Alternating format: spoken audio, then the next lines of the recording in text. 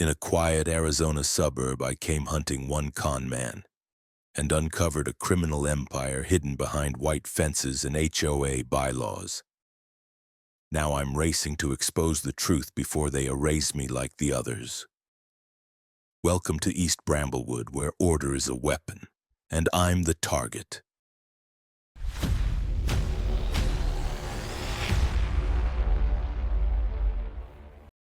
The first time I set foot in East Bramblewood, I thought it was the kind of place where nothing ever happened. That picture-perfect suburbia where garbage bins were color-coded and the only crimes committed were landscaping violations. Rows of pastel-painted homes lined the gently curving streets, each with identical mailboxes and eerily symmetrical lawns. Kids pedaled scooters down sidewalks like miniature commuters, dogs barked behind invisible fences, and wind chimes sang in windless air. I wasn't here for any of that. I came on assignment under federal contract, tracking down a guy named Ellis Crane, a con man with 3 warrants across 2 states and a face like a disappointed preacher. Soft eyes, hard smile, and that forgettable gray hair you only notice when it's too late.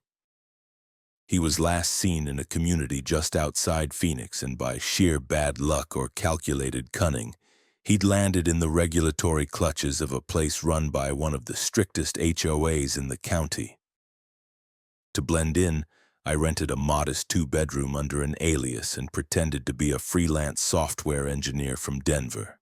Quiet, aloof, the kind of guy who doesn't make waves. My cover was simple. Remote worker tired of city noise, looking for peace and a fresh start. The kind of line these people ate up.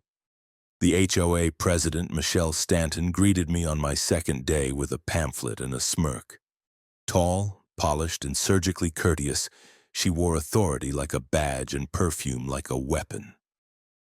"We're a community that thrives on cooperation," she said, handing me a folder thick with bylaws, restrictions, and cheerful threats. "And we expect all our homeowners, even temporary ones, to maintain the standards." I smiled and nodded like a good little resident, even as I imagined stapling that folder to the side of her BMW. The first few days were surveillance and pattern logging.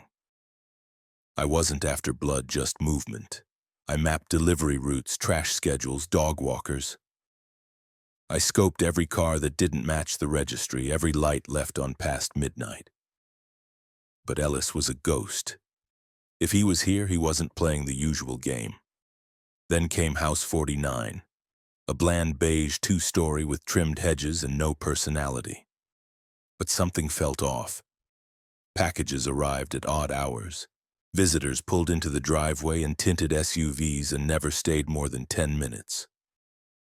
On my 3rd evening, I watched a man wheel out a trash can that sounded like it held more metal than leftovers. By the end of the week, I was sure something strange was happening behind those walls. One evening, while sipping terrible decaf on my porch, I struck up a conversation with my neighbor, Glenn White, retired postal worker, friendly, chatty, and sharp in that subtle Midwest way. He pointed toward House 49 with his chin and said, "Used to be the Davises lived there. Nice folks. Then the HOA bought it outright, said it was for administrative purposes." He made air quotes. "Ain't that something? A homeowner association that owns homes." That rang all kinds of bells. HOAs didn't usually buy property unless they were flipping or foreclosing, and this one was allegedly renting it out to remote staff. No one ever answered the door. I tested it twice. First time, nothing.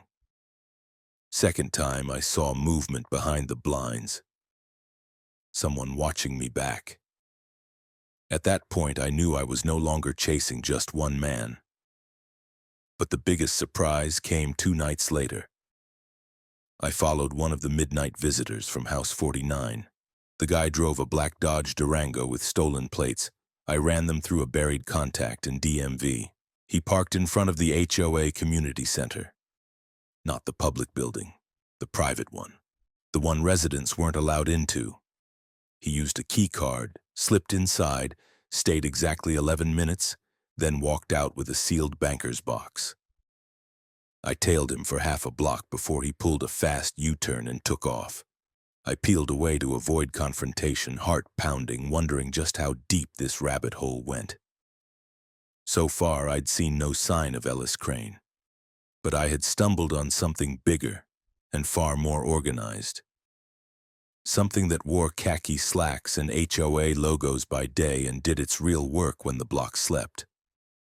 I wasn't sure yet what I'd found, but I was starting to suspect I hadn't just walked into a gated community. I'd walked into a nest, 3 days in, and the warm suburban facade was starting to peel at the edges. My mailbox had a new notice, cream-colored, printed in Comic Sans, a war crime on its own, politely informing me I had violated HOA Regulation 12.7. Prohibited vehicle orientation. Translation? I had backed into my driveway. Apparently, this posed an existential threat to community harmony. I tossed the notice onto the growing pile and went back to watching House 49. I was still trying to spot Ellis Crane, but the activity in and around that house had become its own kind of siren call. The people entering and leaving didn't fit the neighborhood mold. No moms in yoga pants or kids with backpacks, just men in polos with clipboard energy and faces that never looked up. The HOA president, Michelle Stanton, visited the house twice during the week. Both times she stayed less than 15 minutes. Never knocked, just used a key, went in, came out, no files in hand, no bags. But something told me she wasn't there to water plants. Then there were the homes that felt haunted, clean, orderly, but empty in that weird, unnatural way. Blinds always drawn, lights on timers, perfect lawns with no footprints. I counted 7 of them within 3 blocks, all owned according to public records by various shell companies with HOA ties. I knew that kind of paperwork shuffle. I'd seen it in cases involving money laundering and housing scams. On Friday, I came home to find a man in a maintenance vest crouched near my front yard camera. When I stepped outside, he stood up fast, pretending to inspect a sprinkler head. I didn't call him out, just stared at him long enough that he got the message. 10 minutes later, he was gone.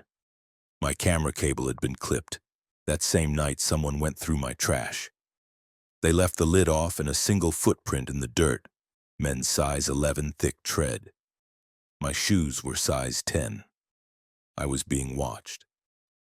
I installed a new set of wireless cams with night vision and solar backup. If they wanted a show, I'd give them one in 4K. It was around this time I met Kristen Lowry. She lived 4 houses down in a blue-trimmed rancher and had the no-nonsense vibe of someone who'd once sued a city council and won. She stopped me while I was walking past with my decoy dog, a borrowed golden retriever named Ranger from a friend in Tempe. "You new?" she asked. "Just moved in. Remote work, quiet life, you know the drill." Her laugh was sharp. "Quiet? Not in this HOA." She glanced around, then lowered her voice. "Did they get you for the trash bin rule yet? Or the unauthorized curtain pattern?" I blinked. "You're kidding." "I wish." Michelle tried to fine me for having my recycling bin out 6 minutes past pickup. We talked. Carefully at first, but then with shared irritation. She wasn't just a resident. She was a lawyer who had moved here to help her aging mother. Kristen suspected something was rotten too. Her mail had been tampered with. One of her parcels, containing sensitive case documents, never arrived. Tracking said delivered. HOA said, not our problem. "Half the houses on Maple Row are unoccupied," she told me, her eyes narrowing. "But the HOA still sends out newsletters as if someone lives in all of them. And get this, those addresses vote in HOA elections." That got my full attention. Later that evening, I reviewed footage from my new cameras. At 2:23 in the morning, a man in a reflective vest walked past my property. Again. This time he paused briefly at the edge of the lawn, pulled out his phone, snapped a photo of my window, and moved on. The next morning, another notice arrived. Unauthorized security modifications to visible front yard equipment. Section 5.4. Immediate correction required. Michelle was escalating. Kristen and I agreed to start cross-referencing data. I'd been logging car models, license plates, and delivery times. She pulled tax records and property deeds. The deeper we looked, the uglier it got. Dozens of names attached to properties that hadn't seen a porch light in months. Company titles like Bramblewood Real Assets LLC, all with shared P.O. boxes in Nevada. The HOA wasn't just enforcing lawn heights, it was owning homes, quietly, methodically. And then came the footage from House 49. At 3:07 a.m., a figure stepped out with a large sealed tote. He loaded it into the trunk of a matte black SUV. When I zoomed in, I saw it. Ellis Crane, the man I was hired to find. Only now he wasn't hiding. He was working. And he had just walked out of the HOA's administrative property with something that looked an awful lot like evidence. By the time I broke into House 49, it was exactly 3:36 in the morning. The neighborhood was dead quiet except for the low hum of someone's HVAC unit and the occasional owl cry from the desert fringe behind the cul-de-sac. I wore gloves, a dark hoodie, and carried a locksmith's pick set I'd used exactly twice before. Once on a motel in Reno, once on a storage unit in New Jersey. Both times were less stressful. The side door had a digital keypad, but the lock was laughably outdated. One of those cheap generic models sold as smart but built like a kid's toy. I bypassed it in less than a minute, slipped inside, and immediately felt the air shift. The place didn't smell like a home. It had that sterile, chemical-clean scent of an office that pretends to be warm. The walls were painted a soft beige, the furniture minimal, and everything was freakishly spotless. No dishes in the sink, no dust on the counters, no pictures, no personal clutter. I crept through the kitchen and into the hallway. The lights were motion-sensitive but slow, giving me a few seconds of darkness to move before the sensors caught up. I made my way down to the basement door, the one Michelle had entered during one of her visits. I'd seen her disappear there for over 20 minutes with no one else around. The basement was locked with a much better system, biometric. But someone had been careless. On the frame, someone had left a greasy thumbprint near the scanner. I placed a small, flexible gel pad over it, a simple lift and clone trick, and the lock chirped open after 3 attempts. The room below was colder than I expected. Server hum. Rows of filing cabinets stood like silent guards. A pair of rack-mounted servers blinked in the corner, connected to a wall-mounted screen still logged into an active admin dashboard. I snapped photos of everything before digging into the files. And that's when I saw it. A spreadsheet, hundreds of rows long, names, addresses, status, active, transferred, pending eviction. Most of them were across 4 states, Arizona, Nevada, New Mexico, and Texas. HOA-owned homes bought through coercion or trickery, then resold or leased through a chain of dummy LLCs. The crown jewel? A list of 78 homeowners with title irregularities. Several already had court dates scheduled, none of which the actual owners knew about. They were being erased. There was more. Forged documents, fake board meeting minutes, fake signatures from dead homeowners. Photos of driver's licenses clearly photoshopped. And then came the hard drive, external 2 terabytes, labeled Archive X. I slipped it into my messenger bag and stood to leave. That's when I heard it. Footsteps upstairs. I froze, listening. Not one person, 2. One of them was heavy-footed, the other lighter, deliberate. I recognized one voice, Michelle. The other was male, sharp. "Grab the disc," he said. "We clean this place by morning, burn the rest." I backed toward the utility closet near the furnace and slipped inside, keeping the door cracked just enough to see shadows sweep across the stairwell. They didn't come down. Instead, I heard a mechanical whir, the server shutting down, and the sound of plastic crates being carried out. They stayed for maybe 8 minutes. When the door closed and the lock clicked again, I waited a full 2 minutes before exhaling. When I left, I took the hard drive, a folder of voter records, and a portable backup from the server's USB slot. That last one I only found because some idiot left it plugged in. Back in my rental, I ran a secure clone of the drive on my offline system. Kristen arrived an hour later with coffee and that tight smile lawyers get when they know things are about to get ugly. "Tell me you didn't go in there," she said. "I didn't go in there," I replied, opening the spreadsheet. Her face went pale. "Jesus, this is bigger than a property grab." It was. The HOA wasn't just exploiting residents. They were stealing identities, orchestrating fraudulent property seizures, and fabricating legal claims in jurisdictions where no one was watching too closely. We were sitting on a real estate Ponzi operation in suburbia. I sent an encrypted message to my federal contact, codename Citrine. Within minutes, I got a reply. "Not in scope. Your target is Ellis Crane only. Do not engage further. Do not submit evidence. Do not initiate contact with press or local PD." That's when it hit me. I wasn't just on my own. Someone upstairs already knew. The next morning, I woke to the shrill bark of Ranger, who was no guard dog but apparently had opinions about strangers. By the time I threw on jeans and made it to the door, the guy was already gone.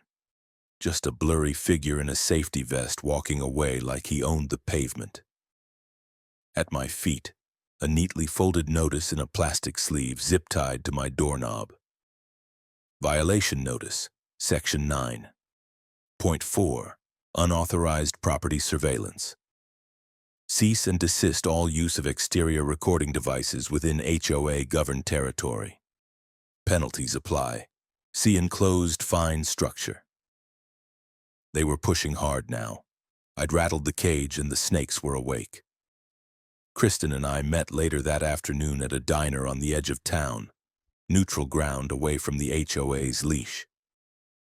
She brought a manila folder full of deeds, sale records, and transfer documents. I brought screenshots of the spreadsheet I'd pulled from House 49. Names, transactions, even fake resolutions passed by emergency board votes. "It's all here," Kristen said, tapping a document. "They've been using forged proxies to fake majority votes, then using those votes to force foreclosure under obscure bylaw amendments." "And the people losing their homes?" I asked. "Some moved out voluntarily under pressure. Others just disappeared." It sounded dramatic, but not when you looked at the numbers. Dozens of homeowners, mostly elderly or financially vulnerable, had sold for pennies after being threatened with liens, lawsuits, or made-up violations. Their properties were then acquired by LLCs tied to the HOA and flipped at full market value within 2 months. We needed a witness. Something more than paperwork.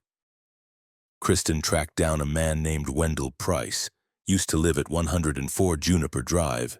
Now he was living in a rusted-out RV parked behind a bait shop in Glendale. Vietnam vet, chain smoker, eyes like flint.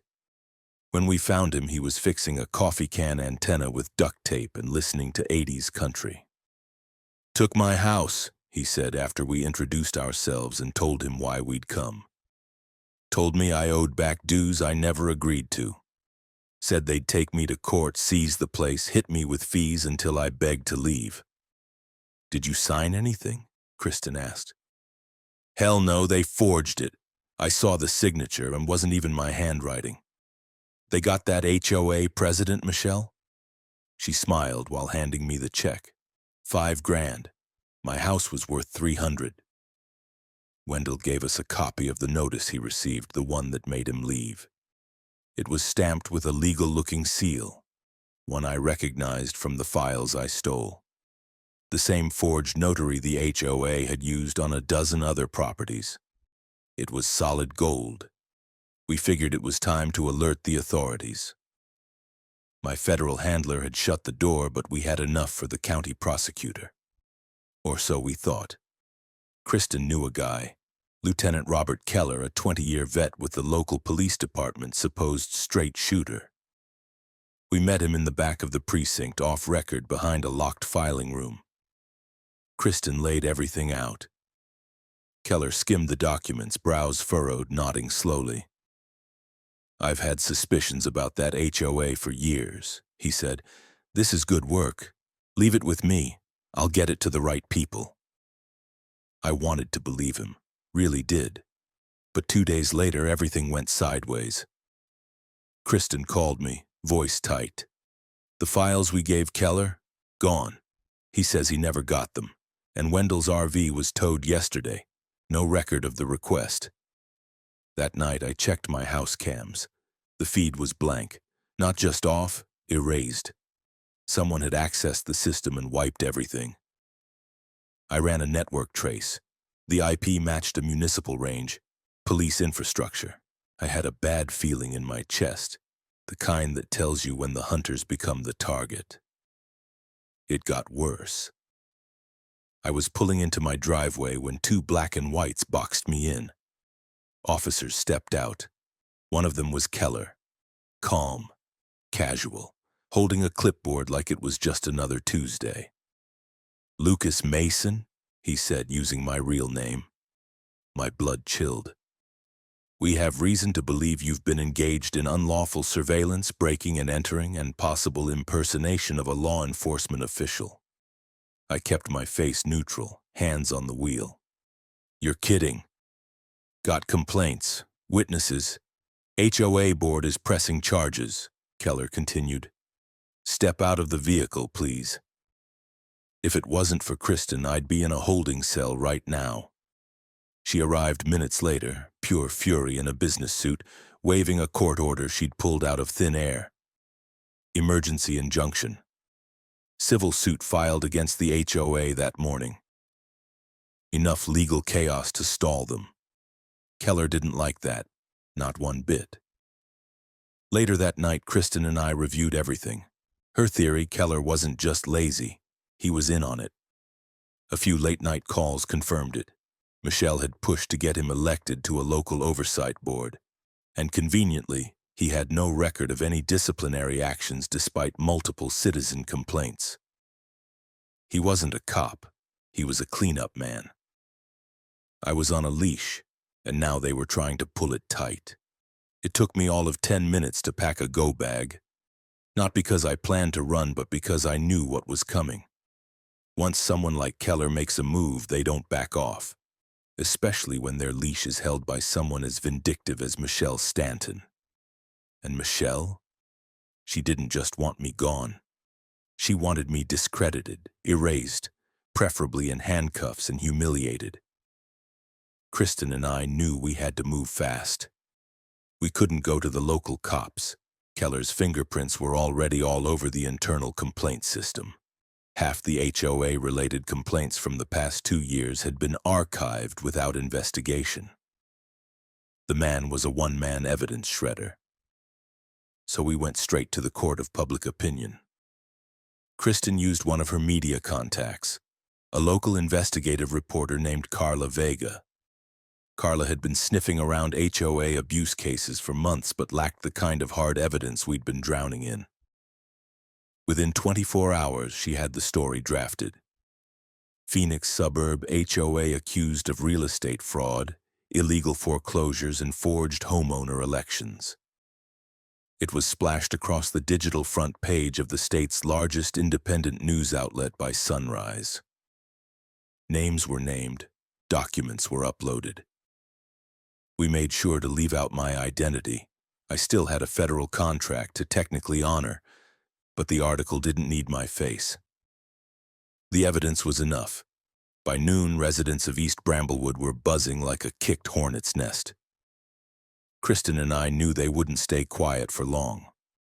Most of them had been silently enduring the HOA's madness for years, paying fines they didn't understand and watching neighbors vanish under shady buyouts. Now they had a reason to question everything. A resident named Donna Whitmore, 65, church-going, ran the bake sale circuit like a general, printed 200 copies of the article and handed them out door to door. She even slipped one into the HOA's Dropbox. Michelle responded the way any dictator does when the villagers start lighting torches. She scheduled an emergency compliance meeting at the community center. Agenda: restoring order and community values. Translation: purge the rebels. I showed up an hour early and staked out the parking lot from Kristen's SUV across the street. We weren't going in, we were watching. By 6:30 p.m., over 40 residents had arrived. Some of them had papers in hand. Others came in with arms crossed and eyes narrowed. Michelle stood at the podium like a queen addressing a court of peasants, flanked by 2 other board members who looked more like shell-shocked interns. Her voice was calm. There has been a great deal of misinformation circulating about this association. I assure you these allegations are baseless and orchestrated by individuals with personal vendettas. Someone, Donna, of course, raised a printed copy of the article. "This a personal vendetta, Michelle?" she shouted. "Because it looks like my property's been voted on in 6 different meetings I never attended." That's when it started. The room turned. People began shouting about forged fines, sudden dues increases, missing ballots. One man claimed he never even signed up for the HOA and still got foreclosure threats. Another yelled that his brother had been forced out of his home over a weed complaint, and the house resold a month later at a 60% markup. Michelle tried to keep control, but she was drowning in it. The HOA had always ruled through fear and silence. Now both were gone. At that moment, Kristen tapped my shoulder. "Look." A black Range Rover had pulled into the lot. The driver? Ellis Crane. He walked in like he belonged there. Expensive suit, Bluetooth in one ear, briefcase in hand. I recognized the walk. Corporate middleman. The kind who gets hired to launder something ugly and make it look like business strategy. We weren't done yet. Kristen whispered, "I hope you brought the flash drive." I had. And I had something better. Backup. Remember Lieutenant Keller? Turned out he'd made a mistake. Kristen had called in a favor from an old friend of hers, Sergeant Mario Black, Internal Affairs. Mario didn't like dirty cops, and he really didn't like HOA presidents who tried to buy influence. Black had quietly opened a preliminary inquiry, and when Carla's article dropped, he went full steam ahead. Wiretaps, data pulls, even a sealed warrant. He showed up 15 minutes after Crane entered the building, plain clothes, calm. But when he flashed his badge and asked to speak to Michelle Stanton and any board member who handled financial disbursements, the whole room froze. Michelle tried to smile her way out of it. "I'm afraid you're interrupting a private—" "No, ma'am," Black cut in. "You're under investigation for conspiracy to commit wire fraud, forgery, and fraudulent real estate transfers across state lines. Step away from the podium." I've seen a lot of arrests. That one was my favorite. Michelle's hands trembled as she set down the microphone. One of the board members bolted, made it to the parking lot before Black's partner cut him off. Crane stood in the corner trying to slink out the side door like he'd just wandered into the wrong HOA meeting.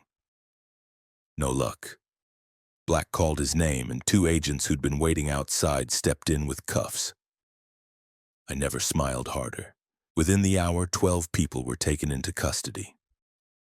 Files were seized from the HOA office, Michelle's emergency documents, The ones supposedly justifying the fines and foreclosures were bagged and tagged. One resident live-streamed the whole thing. The next day, the headline read, HOA raid leads to arrest of fraud network. FBI confirms multi-state operation. And me? I was back in my rental watching it unfold with Kristen from the safety of a laptop screen and lukewarm coffee. The job wasn't done, not yet. But for the first time in weeks, I breathed easy. They say justice is slow, but when it hits like a freight train. Within 72 hours, East Bramblewood looked like a crime scene from a prestige drama. Crime tape across the HOA's front office. News vans parked on every curb like invasive species. Helicopters buzzing overhead like impatient vultures. The arrests made the rounds on national TV. 12 suspects in custody, including HOA President Michelle Stanton and alleged ringleader Ellis Crane. I nearly spat out my coffee when they referred to Ellis as a local business consultant. Sure, if money laundering, deed fraud, and title theft counted as consulting. Kristen and I watched it unfold from the safe, paranoid comfort of her home office, the blinds drawn and 3 laptops humming around us. She hadn't slept more than 4 hours since the raid. Neither had I. The adrenaline refused to die down. But this wasn't over. The FBI moved quickly. Turns out my encrypted messages to Citrine hadn't gone entirely ignored. Someone higher up had been watching. The moment Michelle was in cuffs, federal prosecutors stepped in and unsealed charges that had been quietly stacking up for months. They'd been building a case and just needed someone stupid enough to pull the pin. Michelle pulled it with both hands. Ellis flipped first. Of course he did. The man had the spine of a wet napkin. Less than 24 hours after his arrest, he started talking. Gave up everyone. The shell companies, the paper trails, the off-site servers, even the name of the guy who forged most of the notary stamps. The story broke wide open. The HOA wasn't just a corrupt neighborhood nuisance. It was a laundering vehicle. Fake violations turned into liens. Liens turned into foreclosures. The homes were quietly funneled into LLCs and flipped across state lines. Arizona, Nevada, Texas, New Mexico. 78 homeowners were on the brink of losing their properties. A dozen already had. But with the files Kristen and I uncovered, and now with Ellis's cooperation, the legal machinery began grinding in reverse. Federal court hearings started immediately. I attended in silence under my real name, credentials hidden behind temporary anonymity. Technically, I'd broken a handful of laws myself, illegal entry, surveillance, impersonation, but the feds were more interested in results. They didn't want to prosecute me. They wanted the full story. I gave them everything. Kristen testified publicly. Her statement, sharp, measured, devastating, became a cornerstone of the case. She walked the court through the forged documents, the fake votes, the financial laundering, the intimidation tactics. Michelle sat there, frozen, the queen without a crown. At one point, when the prosecution pulled out the fake voter registry and matched it against local obituaries, even her own lawyer stopped taking notes. Lieutenant Robert Keller, he tried to play dumb. Claimed he was misled, that he'd only acted on HOA complaints in good faith. But the internal affairs file was airtight. Wire transfers, phone logs, and a photo of him accepting a consulting envelope from Ellis in the parking lot of a golf club. He was sentenced to 12 years. No parole. Michelle got 15. Federal time. Fraud, conspiracy, racketeering, the whole menu. Ellis received 5, reduced to 3 for cooperation, and placement in a minimum security facility. Probably already writing a memoir. The rest of the HOA board got anywhere from 3 to 8 years, depending on their involvement. One guy broke down crying in the courtroom and offered to pay restitution. The judge still gave him 5. The real win, though? The court nullified every foreclosure action tied to the fraud. Every lien based on false violations was wiped out. Property titles were restored. Wendell Price, the Vietnam vet in the RV, got his home back. The place needed work, sure, but Kristen helped him sue for damages and won enough for full repairs and a healthy buffer to boot. East Bramblewood itself began changing. A temporary committee replaced the old HOA board. Elections were held, publicly and transparently. Kristen was asked to run. She declined but helped draft the new bylaws. This time, no fine print. The state attorney general launched an initiative to audit every HOA in Arizona over the next 3 years. Other states started asking questions. One case snowballed into policy. I stayed mostly out of sight. That's the deal when you work cases like this. The spotlight's hot and someone's always watching. But I kept tabs. Kristen and I stayed in touch, and yeah, maybe we celebrated with too many drinks once the final verdicts dropped. In the end, East Bramblewood wasn't perfect. But it had cracked wide open, and from the rubble something better was taking root. And Michelle? Last I heard, she was organizing the prison library. Rules and structure. I guess some habits die hard. 6 weeks later, I found myself standing in front of the same bland beige house on Maple Street, House 49. Only now it had curtains, actual ones. Blue floral things that looked like they belonged to someone's eccentric aunt. There was a wind chime hanging from the porch beam, clinking softly in the breeze. A retired couple had moved in, Frank and Loretta from Minnesota. They'd bought the place through the state's recovery program for fraud victims. I helped them carry in a new recliner, and Frank offered me lemonade in return. Not bad, honestly. East Bramblewood looked different. Felt different. The paranoia was gone. People were smiling more. Real smiles, not those HOA please don't find me grimaces. Lawns were a little wilder, mailboxes a little mismatched. Kids played soccer in the cul-de-sac without Karen from Lot 8 threatening to report unsanctioned recreational activity. Even the signs had changed. The massive "Welcome to East Bramblewood, a community of order and pride" placard had been taken down, replaced with a modest one. East Bramblewood, your home. I liked that better. Kristen waved at me from her porch. She'd convinced her mother to stay after all, now that the place wasn't run like a pastel-colored dictatorship. We met for lunch once a week now. She still refused to admit we were friends, always calling me that troublemaker with the dog. But she never missed a lunch. Ranger had become something of a local legend. People thought he was a retired K-9. I never corrected them. He basked in the attention like a celebrity on vacation. One afternoon, I stopped by the community bulletin board, the physical one, near the tennis courts. It was covered in handwritten notes, flyers, and the occasional lost cat poster. In the center was a photo someone had printed out. Michelle Stanton, grainy and grim-faced, in an orange jumpsuit holding a whiteboard with her inmate ID. Someone had drawn a little HOA name tag on her shirt in Sharpie. Beneath it, someone else had written, "Looks like she finally enforced her own rules." I didn't laugh. I howled, not out of cruelty but relief. The kind of bone-deep laugh that comes when you realize for once the good guys didn't lose. As I turned to leave, I caught sight of a man in a navy suit sitting on a bench under a tree. Polished shoes, briefcase at his side, looking entirely too stiff for a warm afternoon. He made eye contact. Just briefly, then nodded. Not a threat, a message. My next case was coming. But for now, East Bramblewood was quiet, peaceful, a little messy, a little free, the way a neighborhood's supposed to be.